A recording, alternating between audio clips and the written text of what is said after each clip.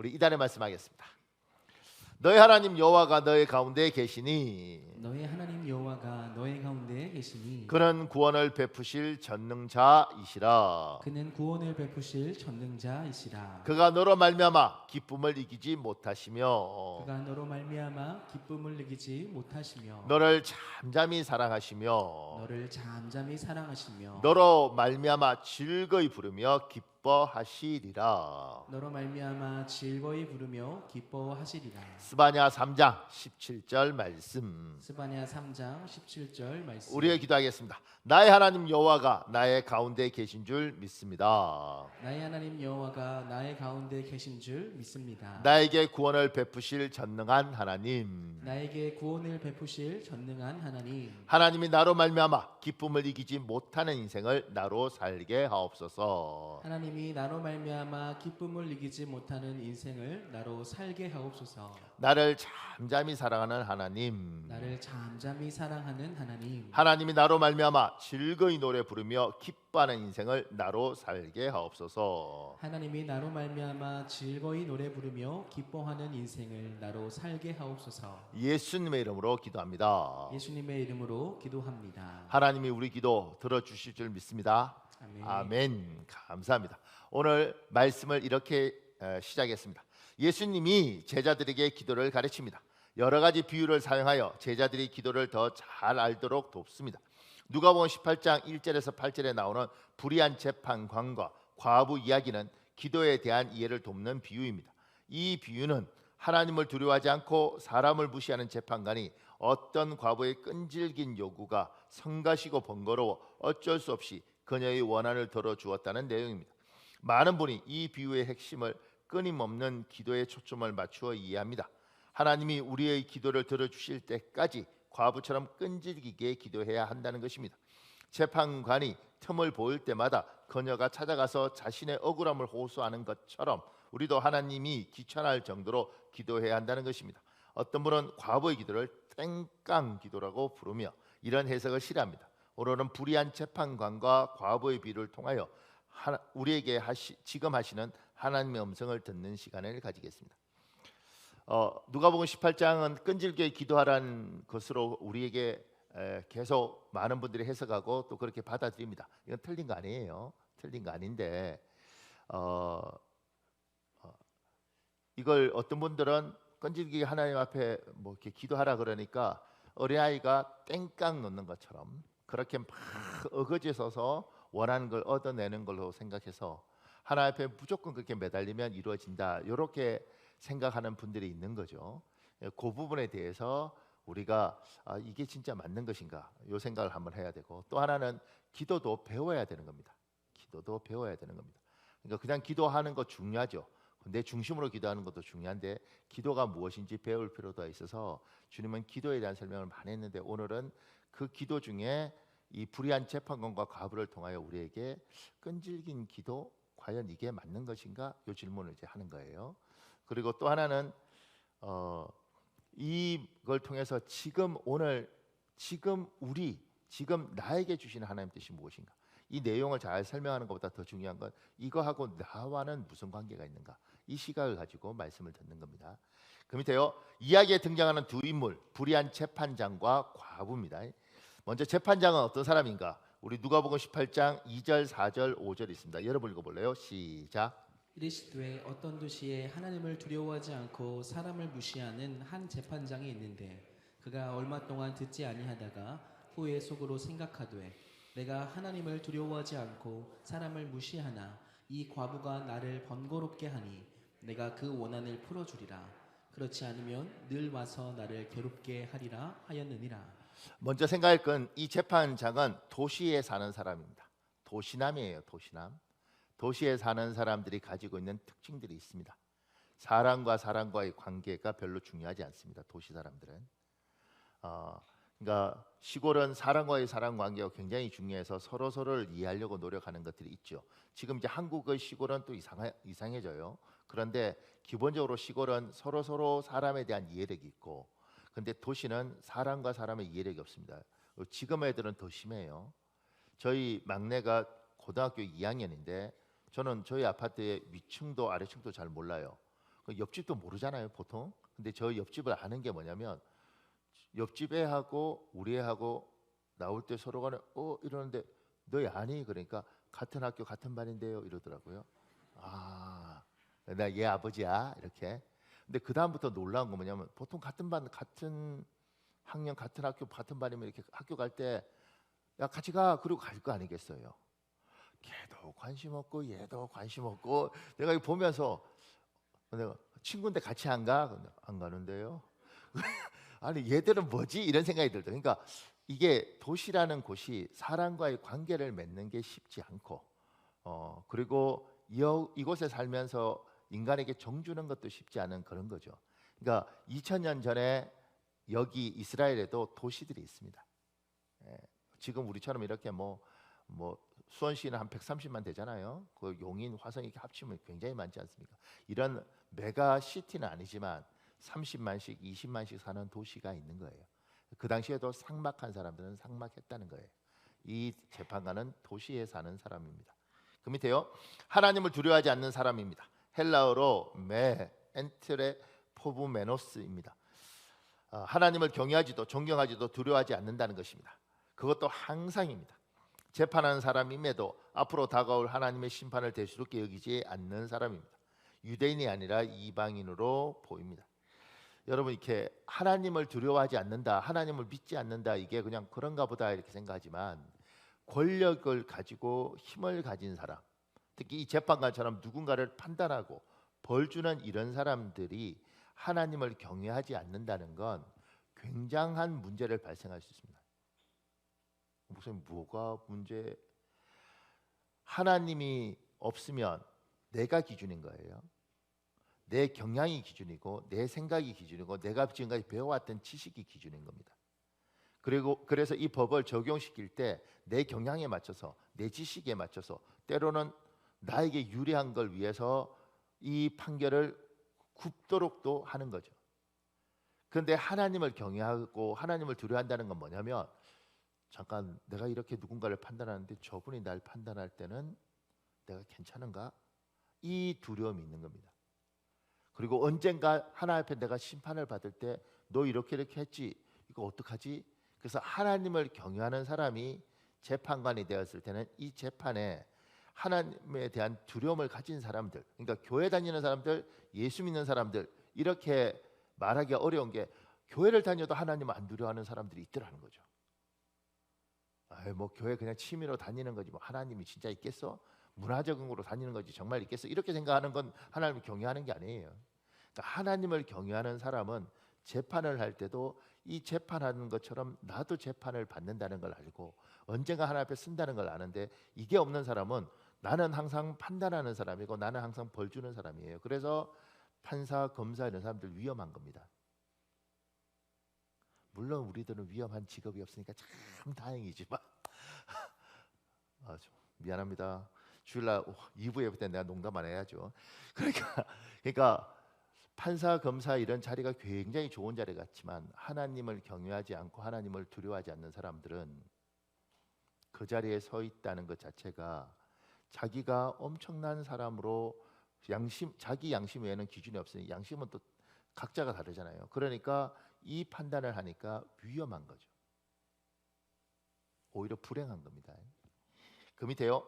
사람을 무시하는 사람입니다. 다른 성경 번역은 사람도 거들떠 보지 않는 재판관이라고 표현합니다.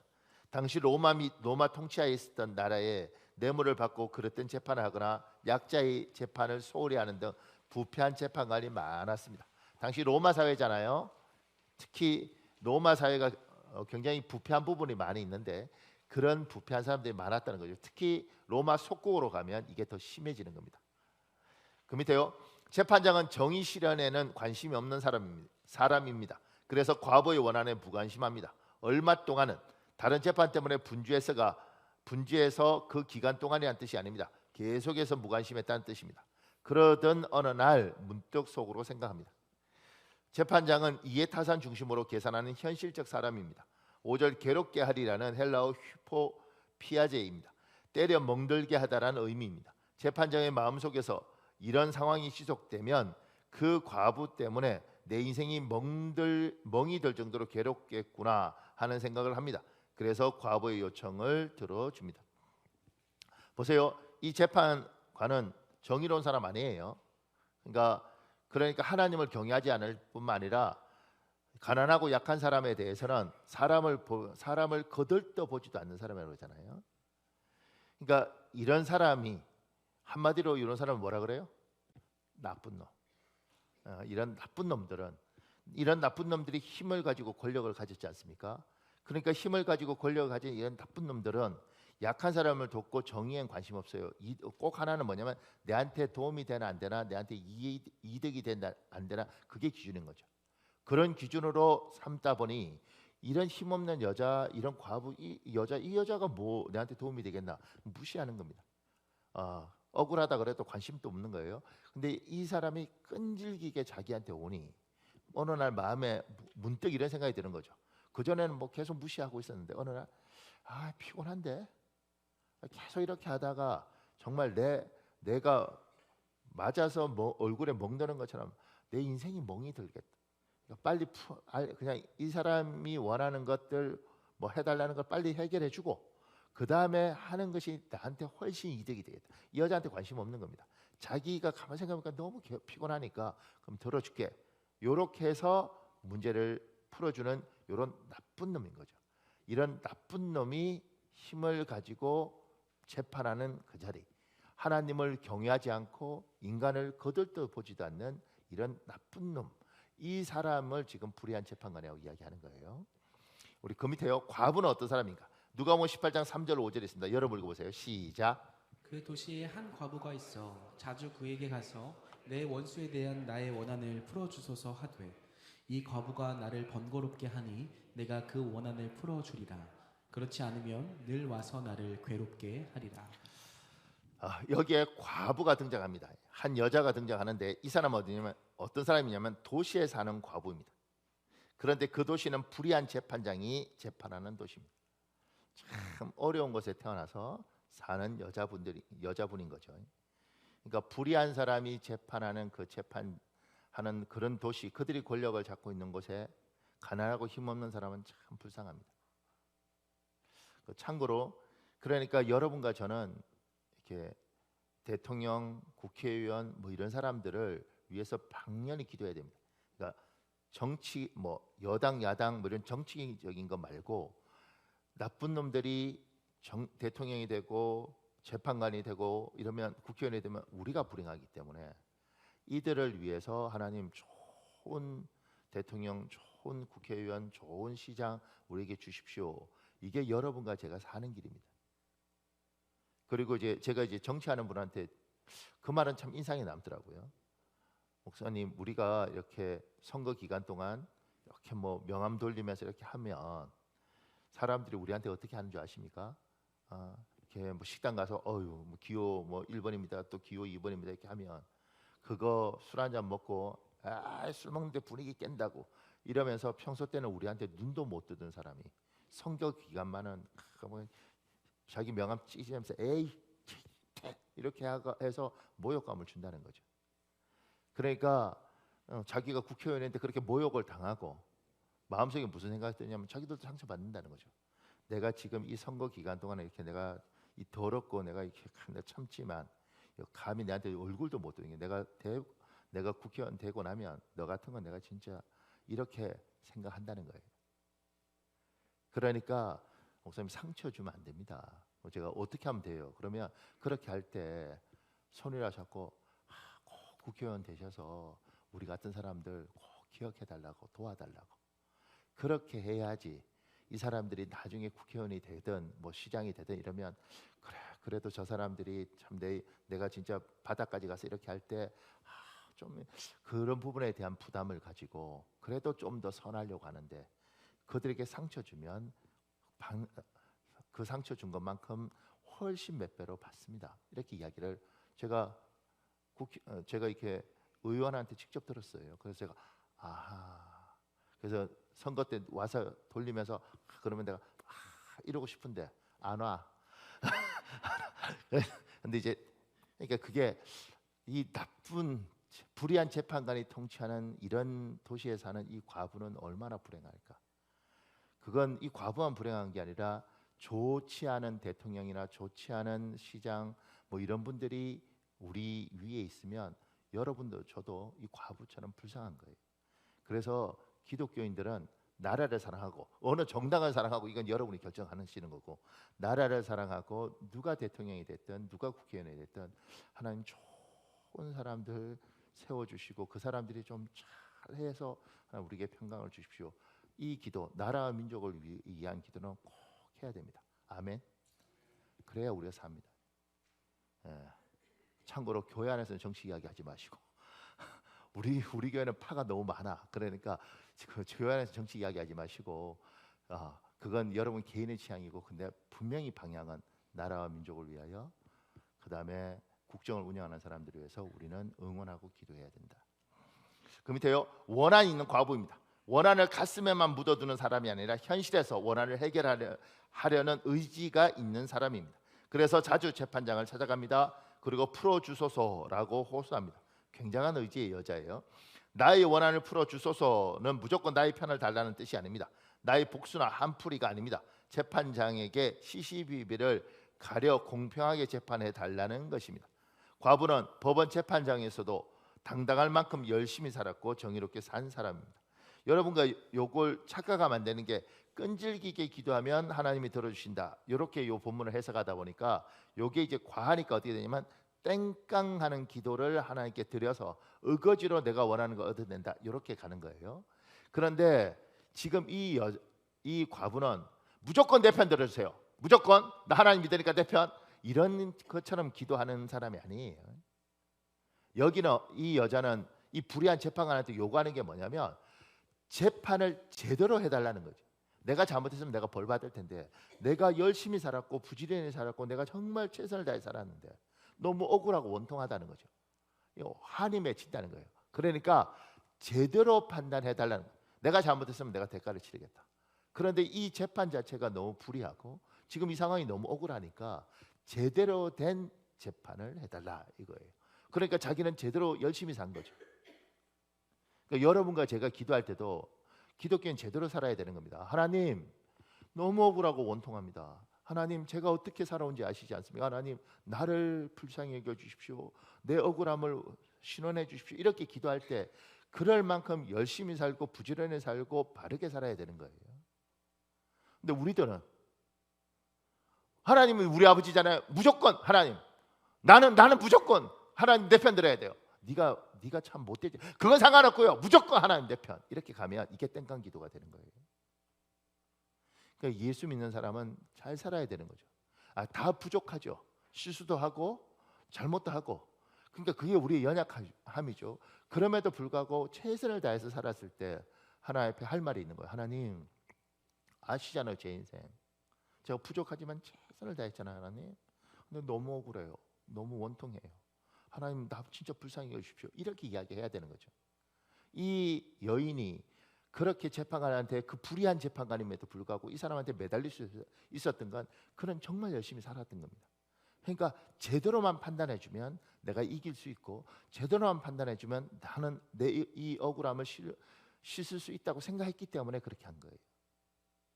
이게 불의한 재판관을 하나님에 비유하고 지금 이 과부를 우리의 비유해서 지금 기도에 대한 설명을 해 나가려고 하잖아요.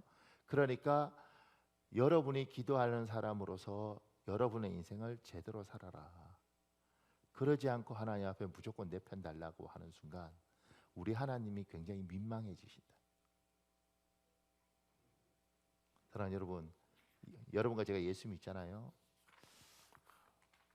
예쁘게 잘 사시길 예수님으로 축복합니다. 그 밑에요, 3번에요. 하나님은 어떤 하나님인가? 하나님은 의로운 재판장입니다. 누가복음 18장에 나오는 불의한 재판장과 180도 다른 분입니다. 하나님이 창조하신 세상이 정의롭기를 원하십니다. 우리 레위기 19장 15절 쉬운 성경이 있습니다. 여러분 읽으세요. 시작. 재판을 할 때는 공정하게 하여라. 가난한 사람이라고 해서 감싸주거나 힘 있는 사람이라고 해서 편들어 주지 말라. 이웃을 재판할 때는 공정하게 하여라. 우리 하나님은 의로운 재판장이에요. 불의한 재판장이 아닙니다. 의로운 재판장이에요. 지금 나오는 불의한 재판장하고 180도 다른 분입니다. 그리고 우리 하나님이 이렇게 이야기하는 거예요. 재판할 때는 공정하게 해라. 근데 재밌잖아요. 그 뒤에 가난한 사람이라고 감싸주지 말고 힘 있는 사람이라고 편들어주지 말아라. 그러니까 사람 보고 법이 움직이는 게 아니고 정확하게 옳고 그러면 따지라는 거죠. 우리 하나님 그런 분이에요. 그런데 지금 이제 이 세상은 무조건 가난한 사람은 정답이고 옳고 약자는 무조건 그 사람 편 들어줘야 된다고 생각하는데 하나님은 그거 이전에 옳고 그러면 정확히 판단하라는 거죠. 가난한 사람 편 들어주지 말고 하나님은 정의로운 하나님이시니까. 그리고 이렇게 말씀하시는 거예요. 그 밑에요. 하나님은 연약한 자를 외면하지 않는 분입니다. 그래서 과부, 고아, 가난한 자, 병든 자 등을 긍휼히 여기십니다. 그들을 불쌍히 여기십니다. 우리 출애굽기 22장 22절에서 24절에 있습니다. 여러분 읽으십시오. 시작. 너는 과부나 고아를 해롭게 하지 말라. 내가 만일 그들을 해롭게 함으로 그들이 내게 부르짖으면 내가 반드시 그 부르짖음을 들으리라. 나의 노가 맹렬함으로 내가 칼로 너희를 죽이리니 너희의 아내는 과부가 되고 너희 자녀는 고아가 되리라. 굉장히 무서운 말씀이지 않습니까? 하나님은 법대로 하지만 그럼에도 불구하고 법 안에서도 눈물과 긍휼이 있어요. 법이 그냥 사람 무지하게 막 자르는 게 아닙니다. 정확히 판단하고 그 안에 감형도 있고 그 안에 때로는 봐주는 사면도 있고 그런 거잖아요. 그러니까 하나님께서 의로운 재판장인 하나님이 우리에게 이야기하실 때 뭐냐면 얘야 제대로 해라. 그리고 그럼에도 불구하고 약한 자, 나는 약한 자, 연약한 자를 불쌍히 여긴다 이렇게 이야기하시는 겁니다. 그러면서 제가 이렇게 적었습니다. 여러분과 저는 하나님의 형상입니다. 하나님의 자녀로 선택받은 우리가 하나님의 모습을 가지길 원하십니다. 그래서 우리에게 재판장 자리를 주시면 공정하게 판결해야 합니다.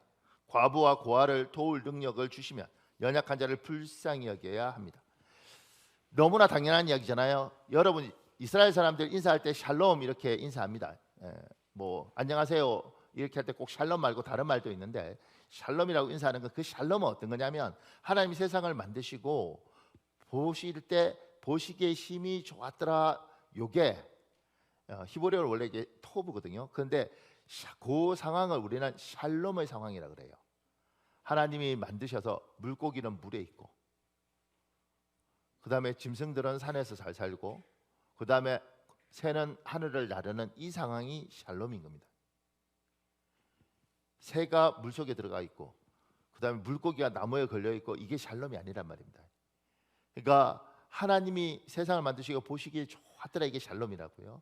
그러면 그 샬롬은 뭐냐면 불의한 재판관이 아니라 재판관이 된 사람은 제대로 정의롭게 재판하고 그리고 힘 있는 사람은 약한 사람, 과부, 고아를 도와주고 이런 것들을 하나님이 샬롬이라고 그런 겁니다.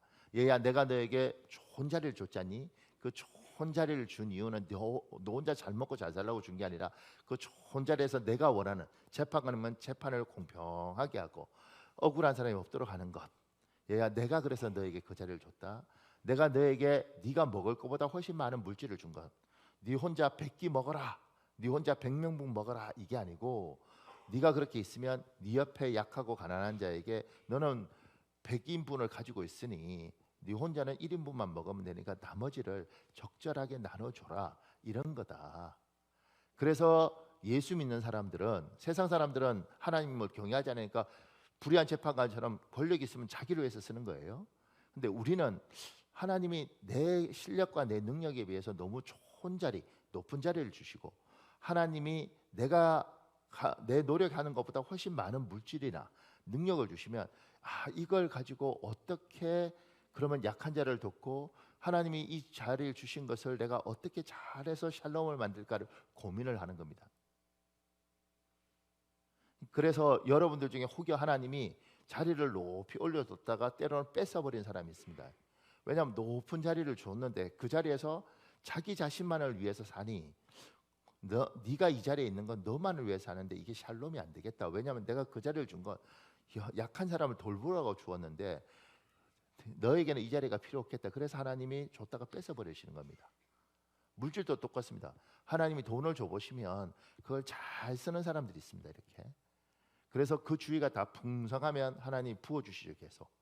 그런데 줘보니 더 많은 걸 가지려고 할 뿐이지 이게 약한 사람 이렇게 돌보지 않고 자기 혼자 100끼 200끼를 먹으려고 하니 그 사람에게 얘야 너는 한 끼만 먹으면 살지 않니? 나머지는 필요 없으니까 내가 다 뺏어서 잘 나눌 수 있는 사람한테 줄게. 이렇게 되는 겁니다.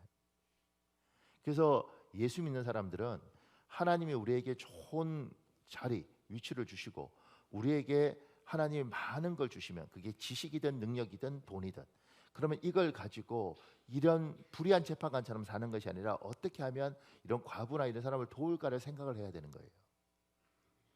이번 주 금요일 날 우리 김경만 목사님이란 분이 와서 설교하셨잖아요. 저보다 2살 많아요. 2살. 그런데 그분은 중학교 때부터 그렇게 하나님을 만나서 그렇게 열심히 기도했다는 거죠.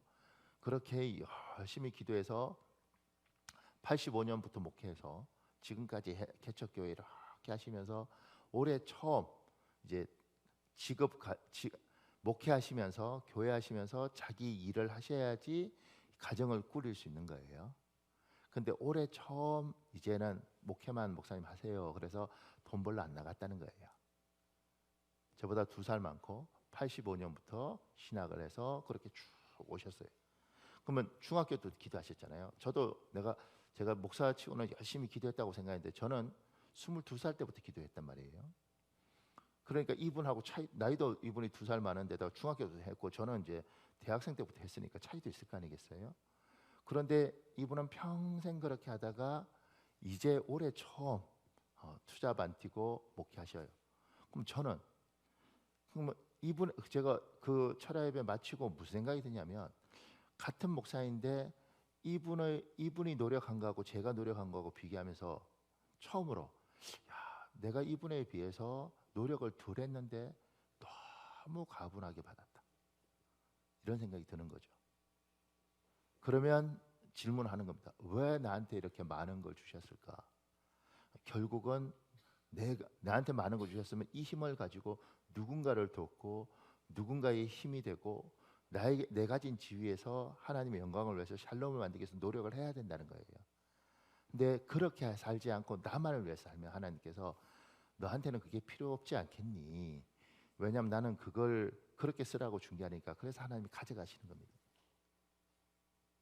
그러니까 여러분들이 지금까지 하나님이 뭔가를 달라고 그랬으면 하나님 내가 왜 달라고 했는가를 질문하고 하나님이 나에게 그 지위를 주셨으면 그 능력을 주셨으면 그걸 잘 사용하지 않으면 어느 날 하나님이 가져가시는 것이고 그리고 그 지위를 뺏겨본 사람 가진 것을 하나님이 거둬간 걸 경험한 사람은 회개하시고 하나님 한 번 더 나에게 그런 기회를 주셨으면 좋겠습니다. 이렇게 하셔야 되는 거죠. 그리고 젊은 친구들 중에서는 만약에 마음에 소원이 있다면 하나님 나 잘 먹고 잘 살아야겠습니다. 나 좋은 거 주세요. 이런 기도를 하나님 무시하지 않으시죠. 그런데 하나님 앞에 하나님 저에게 이런 자리를 주시면 제가 반드시 하나님이 주시는 그 위치에서 불의한 재판관이 아니라 정의로운 재판관으로 살고 하나님이 주신 그 위치에서 힘과 그 능력을 내가 잘 사용했습니다. 이렇게 기도해야지. 그래야지 하나님 여러분을 축복하시기에 부끄러움이 없는 겁니다. 여러분 많은 걸 가지셨습니까? 그러면 반드시 그 지위에 합당하게 정의를 행하시는 여러분과 제가 되어지길 예수님으로 축복합니다. 하나님 많은 능력과 물질 주셨습니까? 우리는 지금 120살까지 살아야 된다고 막 그렇게 생각해서 바들바들 떨고 살지만 생각보다 그 나이까지 못 산 사람들이 너무 많습니다. 오늘 지금 우리 교회가 장례가 2개 났잖아요.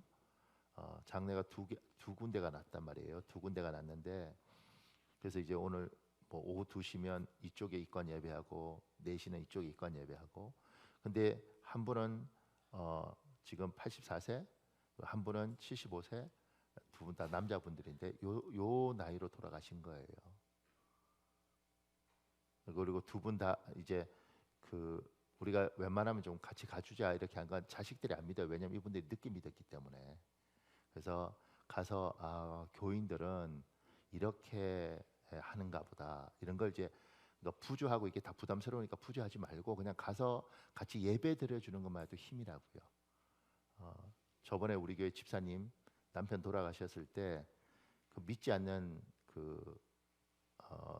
결혼한 여자인데 나이가 좀 있어요. 많지는 않고 30몇 살 같은데 걔가 교회 안 다니는가 보죠. 나중에 장례 우리 교인들이 장례하면서 그 뭐죠 이렇게 음식 나르고 이거 다 옛날 교회가 했잖아요. 그러니까 근데 이번에는 상황이 그래서 우리가 다 해줬을 때 그 친구가 마지막 다 끝날 때 저한테 그러더라고요.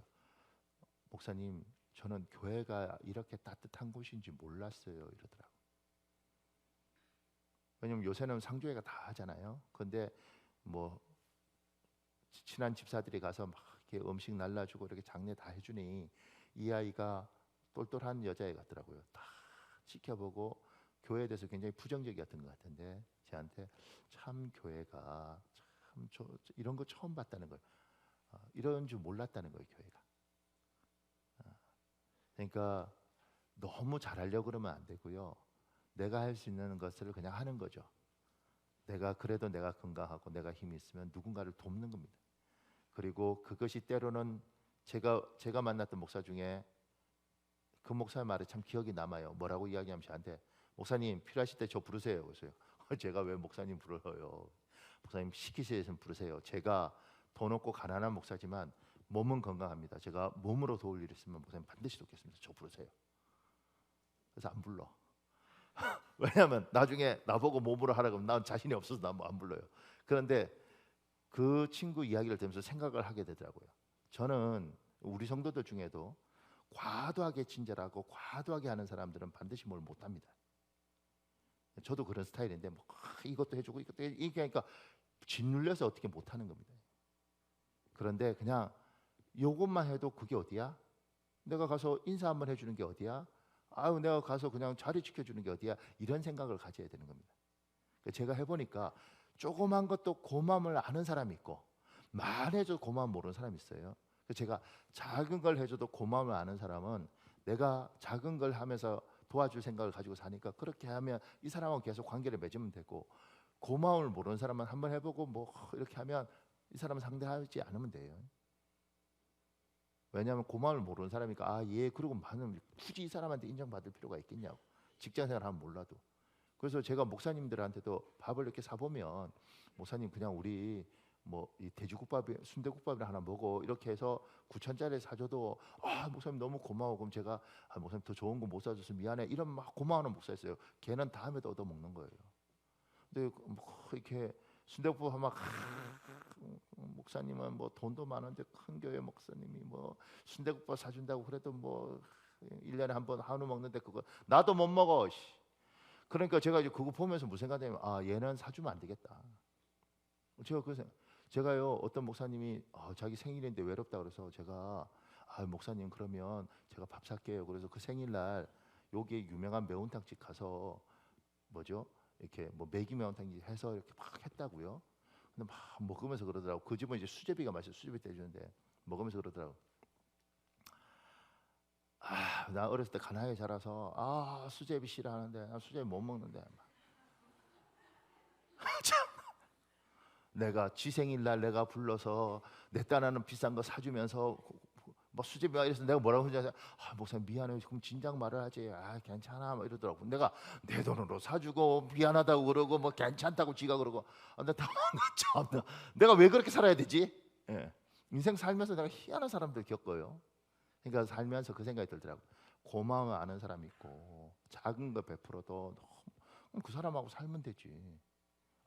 전 세계 모든 사람하고 친할 건가? 그러니까 여러분 작은 거 여러분이 헌신하는 걸 귀하게 보는 사람이 있습니다. 고맙게 보는 사람이 있습니다. 그들하고 지내면 되죠.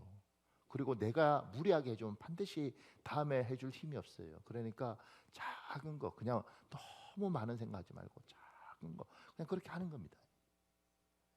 제가 성도들한테 신방전화 못했던 여러 가지 이유 중에 하나가 뭔지 아세요? 신방전화를 하면 충분해야 되지 않겠습니까? 그래서 앞에 시간 비고 뒤에 시간 비고 마음을 정결하게 가지고 저는 언제 전화하냐고 언제. 그래서 저한테 한 번씩 걸려서 상담하다가 3시간씩 걸린 사람도 있잖아요. 저하고 상담하면 길지 않습니까? 근데 어느 날 제가 전화 참 신방 잘하는 친구한테 물어봤어요. 목사한테. 너는 어떻게 하냐? 생각날 때 한대. 그러다 그 사람 바쁘면 어떡하냐? 바쁘면 할 수 없지. 바빠요 집사님. 예. 그래도 신방전화 한 거래. 안 하는 것보다 낫대. 그런 거구나. 근데 목사님 하다가 목사님 일정이 있어서 하면 집사님 미안해요. 나 바빠서 끊어. 그래도 신방전화 한 거잖아. 너는 안 하잖아 그러더라고. 그러니까 여러분이 엄청난 걸 돕는 게 아니고 작은 걸 가지고 그냥 돕는 거죠. 하나님 나에게 힘을 주셨으면 돕자. 약한 거 돕자. 옆에 있어주자. 같은 것 하나라도 같이 있어주는 것만 해도 힘이 된다. 그러니 잊지 마십시오. 여러분 중에 하나님이 좋은 거 주셨습니까? 반드시 그 좋은 것 나누라고 주셨으니 나누고 사시길 예수님으로 축복합니다. 빚내서 나누지 말고 무리해서 나누지 말고 작은 거 나눠주고 고마움 모르는 사람한테는 하지 말고 작은 거라도 고마운 사람에게 또 해주고 그럼 여러분도 살고 그 사람도 살아요. 하나님 여러분에게 좋은 지위 주셨어요. 여러분 실력 수준 여러분 노력한 거 인정하죠. 근데 더 노력한 사람들도 못 가졌는데 난 가졌잖아. 왜 이걸 주셨는가? 왜 나에게 이 좋은 걸 주셨는가? 그러면 내가 여기에서 불의한 재판관이 아니라 좋은 재판관으로 살고 내가 좋은 하나님의 사람으로 살면 그게 영광입니다. 아멘. 내가 또 꼭 설교하면 또 이럽니다. 막 받은 게 있어야 주죠. 제발 그러지 말고 주실 줄 믿고 하나님 주십시오. 우리 하나님 주십니다. 그 밑에요. 작은 해보네요. 기도와 불의한 재판관과 과부의 이야기는 어떤 관계가 있는가? 지금 이 내용이 기도하고 무슨 상관이 있는가? 왜냐하면 동그라미 1번에 불의한 재판관과 과부 이야기는 항상 기도하고 낙심하지 말아야 할 것에 관한 이야기입니다. 우리 누가복음 18장 1절에 있습니다. 여러분 읽으세요. 시작. 예수께서 그들에게 항상 기도하고 낙심하지 말아야 할 것을 비유로 말씀하여 이 불의한 재판관과 과부 이야기는 항상 기도하고 낙심하지 말아야 할 것에 대한 설명을 하기 위해서 이걸 한 거예요. 이게 목적이에요. 이게 항상 기도해라, 낙심하지 말고 기도해라. 그 밑에요. 하나님은 낙심하지 않고 항상 기도하는 사람을 찾습니다. 그런데 예수님은 세상 끝날에 낙심하지 않고 항상 기도하는 믿음을 찾을 수 없다고 말씀합니다. 우리 누가복음 18장 8절에 있습니다. 여러분 읽어보세요. 시작. 그러나 인자가 올 때에 세상에서 믿음을 보겠느냐 하시니라. 그 밑에요. 우리의 신앙은 예수님이 이 세상을 심판하러 다시 오신다는 것을 믿습니다. 재림입니다. 인자가 올 때 이 재림을 가리킵니다. 세상에서 믿음을 보겠느냐는 예수님이 재림할 때는 세상에서 이런 믿음, 즉 낙심하지 않고 항상 기도하는 믿음을 찾을 수 없다는 뜻입니다. 지금 오늘은 항상 기도하고 낙심하지 말 것. 그러니까 이렇게 되는 거죠. 이거 좀 더 문장을 쉽게 하면 낙심하지 않고 항상 기도하는 믿음. 하나님 이걸 찾으시는데 이 믿음이 세상 끝날에는 없다는 거예요. 그 말은 뭐예요? 항상 기도하는 사람이 없고 사람들이 낙심해서 기도하지 않는다는 이야기입니다. 보세요. 한국 사회가 기도가 얼마나 줄었는지. 이제 철야 예배 없는 교회 점점 많아지는 겁니다.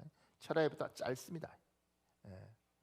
그리고 옛날에 우리는 뭐 산기도 같은 거 가고 이랬는데 그런 것도 없어졌습니다. 심지어 목회자들 중에 산기도가 뭔지 모르는 젊은 전도사들도 있습니다. 한 번도 해본 적이 없습니다. 옛날에는 휴가철이 되거나 무슨 신년이 되거나 그러면 기도원에 가서 3일 동안 기도하고 새해를 시작하기도 하고 그랬는데 지금은 그런 것도 없습니다. 왜냐하면 기도원들도 너무 상황이 안 좋습니다. 그러니까 기도가 점점 줄어가고 있는 거죠. 항상 기도하고 낙심하지 않고 항상 기도하는 그런 것들이 없어지기 시작합니다. 그것이 우리는 예수님이 다시 오신다고 믿지 않습니까? 재림의 날이 가까우면 가까울수록 이런 믿음은 아예 찾아보기 어렵습니다. 그러니까 그 생각하는 거죠. 하나님이 재림하실 날이 가까워오는가 보다. 왜냐하면 기도가 너무 많이 죽었고 기도하는 사람이 너무 없어지고 있는 상황. 그나마 우리 교회는 참 많이 좋은데 그럼에도 불구하고 전보다는 기도하는 사람들이 자꾸 줄어가잖아요. 돌아가시고 젊은 친구들은 기도할 줄을 잘 모르고. 그 밑에요. 항상 기도하는 사람이 낙심할 때가 있습니다. 하나님은 우리에게 기도할 것을 강조합니다. 쉬지 말고 기도하라처럼 항상 기도하는 것은 부탁이 아니라 하나님의 명령입니다. 우리 누가복음 21장 36절에 있습니다. 여러분 읽어볼래요? 시작. 이러므로 너희는 항상 기도하며 깨어 있으라 하시니라. 낙심이란 헬라어 엔카케이는 완전히 정신을 잃다, 녹초가 되다라는 의미입니다. 완전히 지친 것입니다. 기도의 동력을 잃어버린 것입니다. 그 밑에요. 기도하다가 낙심할 때 가장 많이 듣는 위로의 말이 하나님이 더 좋은 것으로 주시려고 그래입니다. 시간이 지나면 이 위로의 말이 정답입니다. 그러나 낙심될 때는 가장 듣기 싫은 말 중에 하나입니다. 항상 낙심하지 말고 항상 기도하라. 이 말은 뭐냐면 항상 기도하던 사람이 낙심이 오면 기도를 멈춘다는 거죠. 더 이상 항상 기도하지 않는다는 겁니다. 그래서 기도 열심히 하던 사람 중에 낙심하는 사람들이 있습니다. 왜 집사님 요새 왜 기도 안 하세요? 목사님 기도하면 뭐 하겠습니까? 제가 들었던 말 중에 하나가 목사님 백날 기도하면 혓바닥만 아프고 되는 것도 없고 뭐. 그러니까 그 말에 참 그래 그렇게 열심히 기도했는데 상황은 안 변하고 지칠만도 하다 이런 생각도 들어요. 근데 주님은 항상 기도하고 낙심하지 말 것을 이야기하는 거예요. 기도는 어떻게 해야 낙심하지 말고 항상 기도해야 된다 이야기를 하신다고요. 그런 믿음이 자꾸 사라지는 거예요. 자꾸 낙심이 돼도 버텨야 되는 거죠. 밑에 이런 글이 있습니다. 나는 아버지를 아주 많이 사랑했다. 그래서 교회를 다니면서 기도라는 걸 하게 되면서 제일 먼저 아버지를 위해 기도했다. 하나님, 우리 아버지가 하나님을 믿게 해주세요. 하나님, 우리 아버지만큼은 예수님 믿게 해주세요. 그게 제 소원이에요. 쉬지 않고 아버지를 위해서 기도했다. 아버지는 내게 유일한 사랑이었다. 그러던 어느 날 지인의 건강검진센터에서 사이를 봐주고 공짜 검진권을 얻게 되어 아버지께 드렸다. 아버지는 우연히 하나님 안에서 우연은 없지만 생긴 공짜 검진권으로 검진을 받고 오셨다. 그리고 일주일 뒤 검진센터에서 전화가 왔다. 송미야, 아버지 검진 결과가 나왔는데 너만 병원에 와라. 수화기 너머로 들리는 목소리에서 어쩐지 불길한 분위기가 느껴졌다. 왠지 모를 불안한 마음으로 검진센터로 달려갔다. 지인은 말했다. 너희 아버지 백혈병이시다. 1년 정도 사실 수 있을 것 같다. 아니 이게 무슨 날벼락인가. 아버지는 그때까지 너무나 건강했다. 믿기지가 않았다. 아버지는 아직 예수님을 믿지 않으시는데 어쩌나 싶었다. 믿게 해달라. 일단 정신을 가다놓고 병원을 나왔다. 그리고 교회로 달려가 참았던 울음을 토해냈다. 하나님, 제가 우리 아버지 예수 믿게 해달라고 했지 병들게 해달라고 했어요? 왜 우리 아빠가 아파야 하는데요? 왜요? 왜? 이게 뭐예요? 제 기도 잘못 들으신 것 아니에요? 제가 아버지 구원받게 해달라고 기도했는데 이게 뭐냐고요? 왜 이러시는 건데요? 나는 하나님께 악을 쓰며 울었다. 이제 1년밖에 못 사신다니. 아버지가 너무 가여워서 뒹굴며 울었다. 울다가 지쳐서 멍하니 십자가를 바라보다가 다시 울기를 반복했다. 지인은 아버지께 말씀드리라고 했지만 도저히 입을 뗄 수가 없었다. 그래서 지인에게 직접 얘기해달라고 부탁했다. 며칠 뒤 지인은 아버지께 얘기했고 아버지가 침착하게 그 사실을 받아들였노라고 전해주었다. 나는 아버지 얼굴을 볼 수가 없었다. 전화도 할 수가 없었다. 지나가다 아버지와 비슷한 어르신만 봐도 눈물이 났다. 결국 아버지가 먼저 나를 찾았다. 미야, 아빠가 백혈병이란다. 1년밖에 못 살지만 내가 좀 더 알아보고 다시 한번 검사할 거다. 나는 쏟아지는 눈물을 훔치느라 정신이 없었다. 내는 안 죽는다. 네 때문에 못 죽는다. 그때 아버지의 눈에 맺힌 눈물을 보았다. 가슴이 너무 아팠다. 나는 매일 하나님께 악을 쓰며 되돌았다. 마치 도고른 뱀처럼 고개를 빳빳이 세우고 악을 썼다. 우리 아버지 교회에 다니게 해달라고요. 죽는 게 아니고요. 예수 믿게 해달라고요. 엉엉엉. 그러던 어느 날 아버지가 갑자기 교회에 가겠노라고 하셨다. 내가 너무 놀라서 아빠 왜? 하니까 그냥 가시겠단다. 그냥? 나는 너무 놀랐지만 아버지는 그날 이후 그냥 교회에 가시더니 한 번도 빠지지 않고 주일 예배를 드렸다. 그러던 어느 날 아버지는 꿈에서 예수님을 만났다고 말씀하셨다. 아버지의 머리로 물방울이 뚝뚝 떨어지는데 하얀 옷을 입은 예수라는 분이 나타나 아버지더러 머리를 조금만 숙이거나 젖히면 죽는다고 하셨단다. 그런데 아버지가 못 참고 머리를 드는 순간 깨어났고 아버지는 살았다는 안도감과 함께 교회에 다녀야겠다고 마음 먹었단다. 그 후 아버지는 이사가 말한 1년이 아닌 10년을 더 살다 가셨다. 그때 멋대로 소리 지르고 몸부림치던 내 자신이 너무 부끄러웠다. 하나님께 너무 죄송했다. 믿음 없는 내가 너무 부끄럽고 죄송했다. 내 생각이 너희의 생각과 다르며 내 길은 너희의 길과 다름이니라. 이는 하늘이 땅보다 높음같이 내 길은 너희의 길보다 높으며 내 생각은 너희의 생각보다 높음이니라. 그때서야 이 말씀이 이해되었다. 이후 나는 내 뜻대로 기도하지 않는다. 주님의 생각과 방법은 나랑 다르다는 걸 분명히 알았으므로 주님께 맡기는 기도를 한다. 저 보십시오. 지금 이 이야기가 참 고마운 건 네 아버지 열심히 기도했어요. 근데 네 아버지 1년밖에 못 사셔. 이렇게 하면 그 다음에 믿음으로 반응하는 사람이 있고, 그러지 않은 사람은 누군가는 내가 그만큼이다 하나님 나한테 이러실 수 있어요? 그리고 친구들 불러서 술 먹고 하나님 원망하고 너 교회 안 다녀요, 더 이상 기도 안 해요, 그딴 소리 하지 마세요, 이렇게 가는 사람도 많습니다. 제가 아는 어떤 아이는 아버지가 식물인간인데 이 아이가 중학교 때인가 하나님 앞에 기도했어요. 하나님 우리 아버지 고쳐주세요. 정말 열심히 기도했습니다. 근데 아버지가 일어나지 못했어요. 그때부터 애가 이제 망가지는 거예요. 하나님을 부정하지 않아요. 뭐 집안 대대로 믿는 집안이기 때문에 하나님이 있다는 건 부정하지 않아요. 그런데 저 하나님이 날 사랑하는지에 대한 믿음은 하나도 없는 거예요. 그러니까 애가 가고 이상한 짓 해가고 이럴 때 그 아이한테 가슴 아팠던 건 뭐냐면 애니까. 근데 그때 지금 여기 이제 낙심이 와도 낙심이 올 때 낙심하지 않고 항상 기도해야 되는 거잖아요. 그런데 지금 이성민 씨 같은 경우는 낙심이 왔는데 그 낙심을 가지고 어디 가냐면 하나님 앞에 가서 기도의 자리를 지키는 겁니다. 그러니까 너무 고통스러울 때 산으로 돌로 놀러 가고 어디 가서 여행하면서 이게 뭐냐 그러고 이렇게 가는 게 아니고, 여러분과 제가 이 땅을 살면서 내 원했던 기도대로 안 되고 내 상황이 꼬여서 자꾸 낙심하는 상황이 생겼을 때 하나님이 요구하는 거 뭐냐, 마음이 자꾸 낙심되더라도 항상 기도의 자리를 지켜라. 그리고 기도로 버텨라. 얘야, 그래야 산다고 이야기하는 거죠. 이게 믿음인 겁니다. 마음이야 충격받죠. 내 뜻대로 안 됐는데 속이 얼마나 상합니까? 그런데 그 속 상을 갖고 하나님 원망하고 교회 떠나고 술 먹고 어디 가서 딴 사람들하고 놀러 다니면서 기도해도 소용없다 그러고 혓바닥 빠지게 나 기도해봤는데 다 필요 없다 그러고 이렇게 하는 게 아니고, 너무 미칠 것 같고 마음에 낙심이 오는데 그 낙심되는 마음을 가지고 예배당에 와서 항상 기도하라 그러셨으니 하나님 내가 당신께 기도합니다 이렇게 가는 거죠. 여러분은 그런 상황이면 어떤 선택을 하십니까? 해보셨을 거 아닙니까? 어떤 선택을 해야 되는가? 나는 생각보다 많은 사람들 낙심하고 있죠. 특히 코로나 3년 반 겪으면서 낙심한 사람들 많습니다.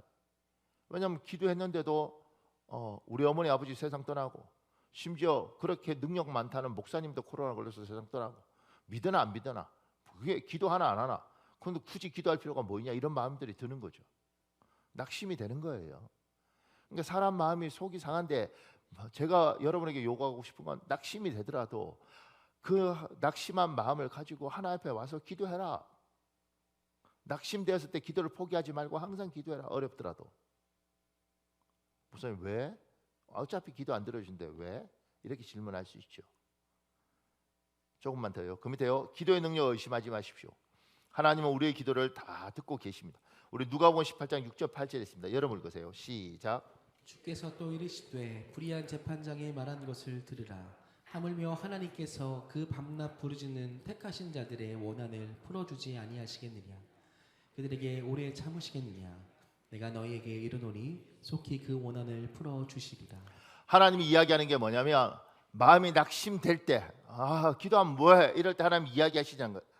누가복음 18장 6절 7절 8절에 하나님께서 그 밤낮 부르짖는 택하신 자들의 원한을 풀어주지 아니하시겠느냐, 오래 참으시겠느냐.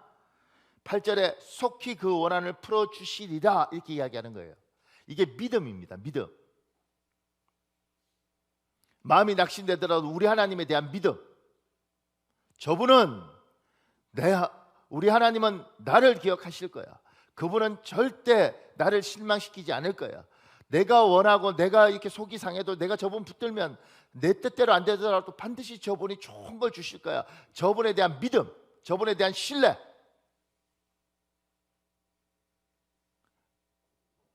밑에 제가 이렇게 했습니다. 항상 기도하던 사람이 낙심하는 진짜 이유는 하나님에 대한 의심입니다. 그 밑에요. 낙심은 언제 오는가? 하나님이 살아계시다는 것에 대하여 의심이 없습니다. 그러나 정말 하나님이 나를 사랑하는가에 의문이 듭니다. 하나님의 사랑을 의심하는 것입니다. 하나님이 내 기도에 관심이나 가질까 하는 의심의 마음이 드는 것입니다. 하나님은 사람을 거들떠 보지 않는 불의한 재판관이 아닙니다. 하나님은 사람을 사랑합니다. 그래서 성부 하나님은 성자 예수님을 사람을 위해 내어주셨습니다. 성자 예수님은 사람을 위하여 십자가에 기꺼이 죽으십니다. 로마서 8장 32절에 있습니다. 여러분 읽어보십시오. 시작. 자기 아들을 아끼지 아니하시고 우리 모든 사람을 위하여 내주신 이가 어찌 그 아들과 함께 모든 것을 우리에게 주시지 아니하겠느냐. 열심히 기도했는데 왜 낙심하는가? 하나님이 내 기도 안 들어주셨으니까 나는 하나님 망가져도 돼요, 뭐 이렇게 이야기할 수 있죠. 정말 기도를 안 들어주기 때문에 그런가? 아니면 내 기도를 안 들어주신 것보다 저분에 대한 신뢰, 비록 내 이 기도를 안 들어주시고 내가 바라는 대로 안 됐음에도 불구하고 선하신 하나님께서 내가 기도하고 있다는 이 기도를 들으시니 반드시 내가 원하는 방법은 아니지만 그분이 긍휼을 베푸실 거라는 저분의 본성에 대한 신실함을 가지고 있는가? 왜 낙심하냐면 저분에 대한 본성에 대한 의심이에요. 기도에 대한 것이 아니고, 기도를 안 들어줬다는 것이 아니고 진짜 나 사랑하는 거 맞아요? 살아계신 거 알아요. 우리 엄마도 사랑하고 우리 아버지도 사랑하는 거 알아요. 근데 날 사랑하는지는 잘 모르겠어요. 나 같은 거 거들떠 보기나 하시는 거예요. 그러니까 망가지는 겁니다. 사춘기 아이들이 망가지는 이유는 엄마 정말 나 사랑하는 거야? 아빠 나 정말 사랑하는 거야? 나 사랑하면 왜 이렇게 안 해줘? 이렇게 이해할 때 그 아이가 망가지는 겁니다. 내 원하는 대로 안 들어줘도 엄마가 나를 어떻게 키웠는데, 아버지가 나를 어떻게 키웠는데 내가 그 사랑을 어떻게 의심해? 이 아이는 망가지지 않습니다. 하나님에 대한 신뢰, 주님 당신이 하나밖에 없는 성부 하나님께서 하나밖에 없는 성자 예수 그리스도를 나를 위해서 기꺼이 내어 주셨지 않습니까? 죽이셨지 않습니까? 성자 하나님께서 나를 위하여 기꺼이 십자가에 못 박혀 돌아가셨지 않습니까? 성령 하나님께서 나같이 볼 것 없고 부족한, 사람도 별로 좋아해 주지 않는 나 안에 오셔서 나와 영원히 함께 하신다고 이야기하지 않으십니까? 성부 하나님의 사랑, 성자 하나님의 사랑, 성령 하나님의 사랑에 대한 명확한 확신이 있으면 지금 비록 내 기도를 하나님이 들어주지 않더라도, 하나님 내 마음이 속이 상하지만, 내 마음이 자꾸 낙심되지만 당신이 나를 사랑한다는 것에 대해서 내가 절대 의심하지 않습니다. 그래서 내가 기도의 자리에 와서 기도를 합니다. 하나님, 미칠 것 같지만 당신의 사랑을 믿기에 내가 기도합니다. 하나님께서 반드시 긍휼을 베푸실 걸 믿고 내가 기도합니다.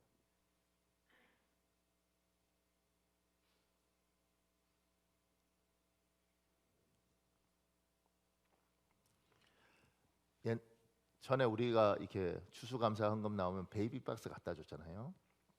태어난 아기 안 키우는 사람들이 버리는데, 근데 그 베이비 박스에 가면 이렇게 문을 열면 불 들어와 있어요. 밤에 몰라서 버리니까 아기를 이렇게 불 들어와 있는데 그거 탁 열고 아기 넣고 문 닫으면 거기에서 소리가, 이렇게 음악 소리가 안에 들려요. 그럼 안에서 아기 들어왔구나 그러고 막 뛰어가서 아기 본단 말이에요.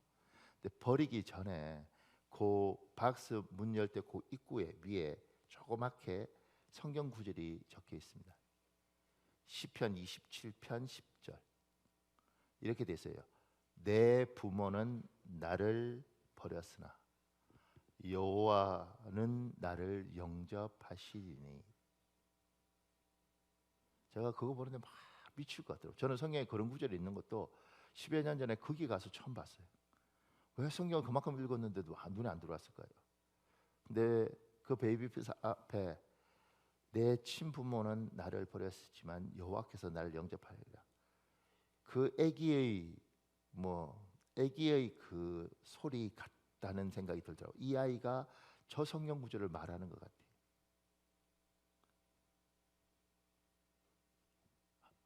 우리들 중에 억울하고 원통하고 속상하고 뜻대로 안 된 사람 많죠.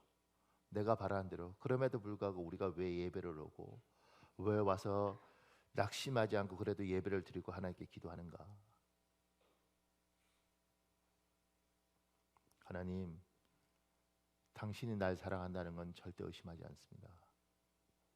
내 뜻대로 안 되더라도 성부께서 성자를 주셨는데, 자기 아들들 죽이셨는데, 성자 하나님이 기꺼이 나를 위해서 십자가를 못 박히셨는데 하나님 저 의심하지 않습니다. 성령이 나와 함께하는데 제가 의심하지 않습니다. 하나님 진짜 미칠 것 같지만 당신의 사랑을 의심하지 않기에 내가 예배당에 나와서 예배를 하고 내가 기도를 합니다. 이 믿음을 주님이 마지막 때에 찾을 수 있겠는가? 사랑하는 여러분, 이 시간에 우리 한 7분 정도 기도했으면 좋겠습니다. 주여 한번 간절히 부르고 우리 통성을 기도할 텐데요. 주여 한번 간절히 부르고, 하나님, 성부 하나님의 사랑, 성자 예수님의 사랑, 성령 하나님의 사랑, 삼일체 되신 하나님의 사랑을 내가 의심하지 않게 하여 주옵소서. 내 안에 있는 의심아 다 떠나갈지어다. 또한 하나님, 아무리 힘들어도 항상 기도의 자리를 지키겠습니다. 낙심이 와도 기도의 자리를 지키겠습니다. 이제 주여 한번 간절히 부르고 기도하겠습니다. 주여, 아버지, 아버지,